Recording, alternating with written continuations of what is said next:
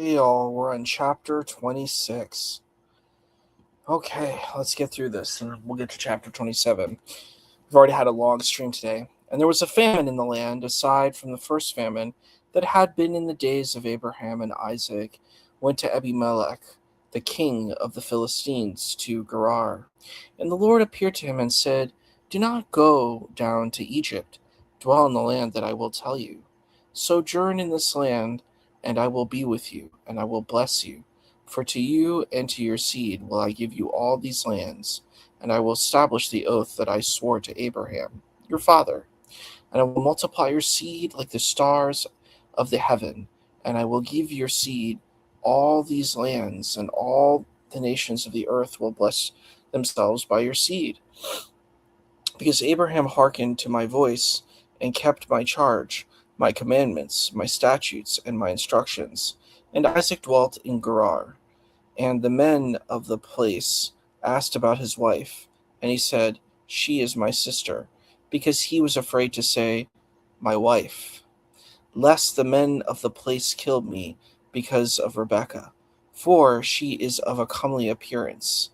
And it came to pass, when he had been there for many days, that Abimelech, the king of the Philistines, looked out the window, and he saw, and behold, Isaac was jesting with Rebekah his wife. Hey, all. This sounds definitely familiar, doesn't it? To what we've read before. Um,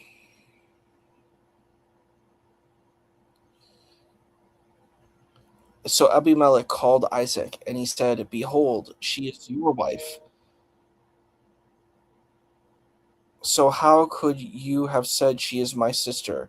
And Isaac said to him, "Because I said, lest I die because of her." Okay, I gotta ask y'all a question. This is a strange thing that we've seen before. I think we have to pause a little bit. This happened with our dear prophet Abraham as well, where he basically said his wife was his sister. I don't know. It's hard for me to understand because I'm not at that time in that place. I don't understand it. I don't understand it.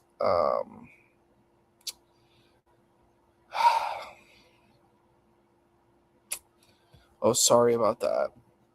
Yeah, I um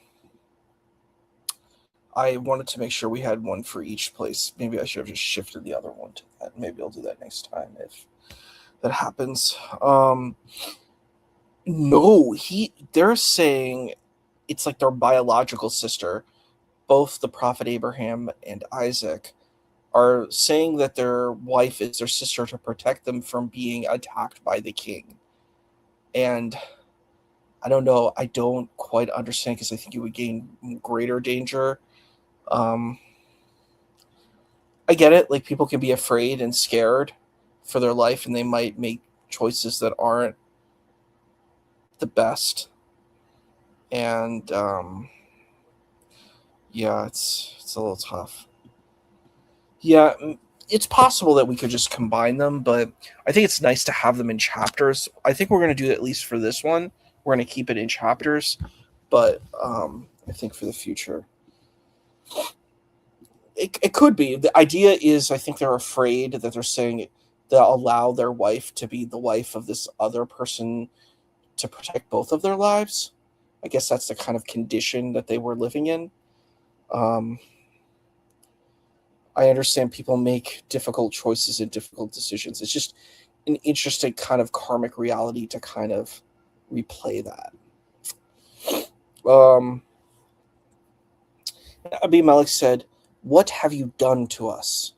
The most prominent of the people might easily have lain with your wife, and you would have brought guilt upon us." Phew, that's heavy. And Abimelech commanded all the people, saying, "Whoever touches this man or his wife shall be put to death." And Isaac sowed in that land, and he found in that year 100-fold, and the Lord blessed him. And the man became great, and he grew constantly greater until he had grown very great. And he had possessions of sheep and possessions of cattle and much production, and the Philistines envied him. And all the wells that his father's servants had dug up in the days of Abraham, his father, the Philistines, stopped them up and filled them with earth. And Abimelech said to Isaac, "Go away from us, for you have become much stronger than we." And Isaac went away from there, and he encamped in the valley of Gerar and dwelt there. And Isaac again dug the wells of the water, which they had dug in the days of his father Abraham. And the Philistines had stopped them up after Abraham's death, and he gave them names like the names that his father had given them. And Isaac's servants dug in the valley, and they found there a well of living waters. And the shepherd of Gerar quarreled with Isaac's shepherd, saying, "The water is ours." So he named the well Esek, because they had contended with him. And they dug another well, and they quarreled about it also. So he named it Sitnah. And he moved away from there, and he dug another well, and they did not quarrel over it. So he named it Rehoboth.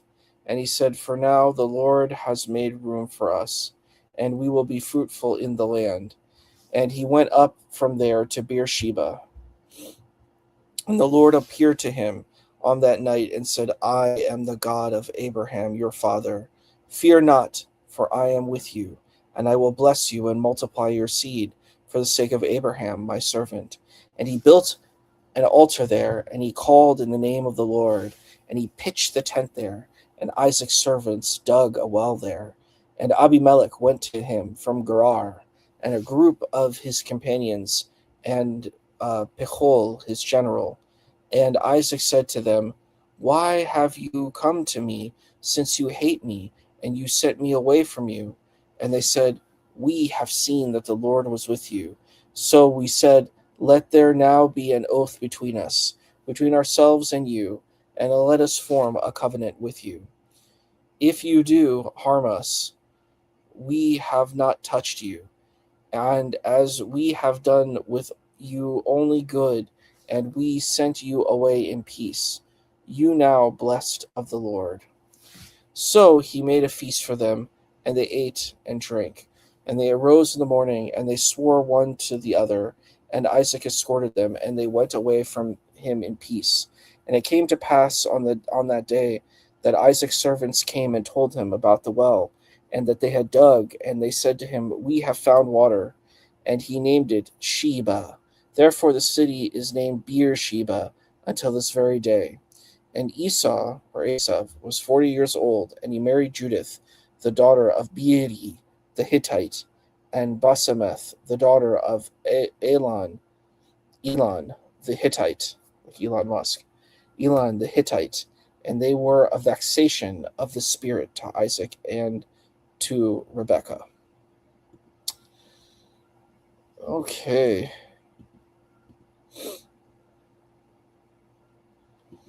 That's interesting. We can look at that stuff later. I don't mind looking at these kind of different commentaries. I think there's a lot of interesting themes here and motifs. I think the greatest motif that I keep seeing with this particular narrative is the person is saying that it's their sister and it's really not. And then what happens is the family, the kingdom might get in trouble, but then it kind of gets relieved. And it's interesting that these certain patterns keep repeating. So I think that's kind of interesting. Yeah, that's fair. All right, we're going to end this stream and we're going to move to the next one. Get ready to go into the next one, and we'll finish up for tonight.